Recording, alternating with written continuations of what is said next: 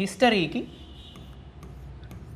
Prelims preparation ఎలా ఉండాలి, దీన్ని నేను కొంచెం డీటెయిల్డ్గా ఏం వెళ్ళను, బికాస్ ఏపీపీఎస్సీ ప్రిలిమ్స్లో హిస్టరీ అనేది టఫ్ థింగ్ అని స్టూడెంట్స్ జనరలీ ఎవరు కంప్లైంట్ చేయరు కాబట్టి దీనిపైన ఎక్కువ టైం నేను స్పెండ్ చేయకుండా ఒక 2-3 విషయాలు ఏం చెప్తానంటే, ఇక్కడ బాగా ఎంసీక్యూ ప్రాక్టీస్ చేయండి అంతే.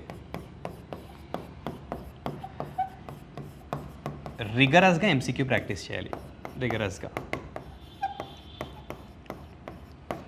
అట్ ద సేమ్ టైం పీవైక్యూస్ని రిపీటెడ్గా రివైజ్ చేయండి. పీవైక్యూస్ని రిపీటెడ్గా రివైజ్ చేయటము, అలాగే ఎంసీక్యూస్ ప్రాక్టీస్ చేయండి. అంటే నా సజెషన్ అయితే అట్లీస్ట్ ఒక 20 టెస్ట్లు రాయండి. అంటే లెట్సే ఇప్పుడు ఇన్స్టిట్యూషన్స్ మేము ఎలా పెడుతుంటాం, సే ఫర్ ఇన్స్టెన్స్ 100 క్వశ్చన్స్ టెస్ట్లు అనుకోండి, అట్లీస్ట్ ఒక 10-20 టెస్ట్లు రాయడానికి ట్రై చేయండి.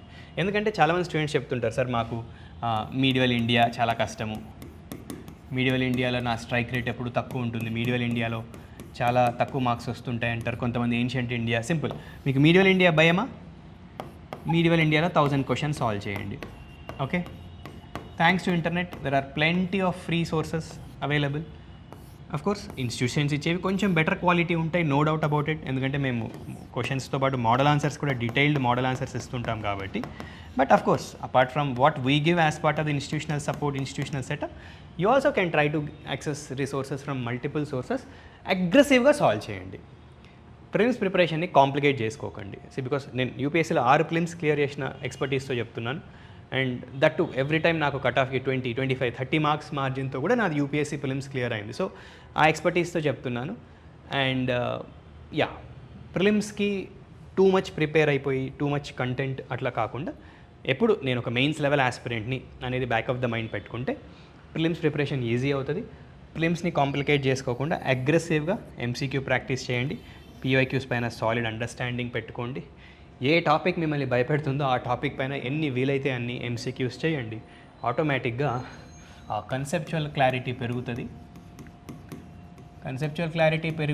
అండ్ అనదర్ ఇంపార్టెంట్ థింగ్, దానిపైన మనం mistake, the moment we make a mistake, mind ఆ ప్రాబ్లమ్ని చాలా సీరియస్గా తీసుకుంటుంది. అరే నేను ఈ టాపిక్ బాగా చదివాను అనుకున్నాను, అయినా ఇందులో నేను మిస్టేక్ చేస్తున్నాను అని వెంటనే నెక్స్ట్ టైం ఆ టాపిక్ నుంచి మీరు మిస్టేక్ చేయకుండా మైండ్ విల్ ఎన్ష్యూర్. మనం కూడా అలర్ట్ అవుతాము. ఆ టాపిక్ని ఇంకొంచెం డెప్త్తో, ఇంకొంచెం డీటెయిల్డ్గా, ఇంకొంచెం కాంప్రహెన్సివ్గా దాని ఇంటర్లింకేజెస్ని చదువుతూ ప్రిపేర్ అవుతాం కాబట్టి ఇంకోసారి ఆ మిస్టేక్ చేయమన్నమాట. రైట్? సో ఇక్కడతో ప్రిలిమ్స్ ప్రిపరేషన్ గురించి ఆపేస్తున్నాను.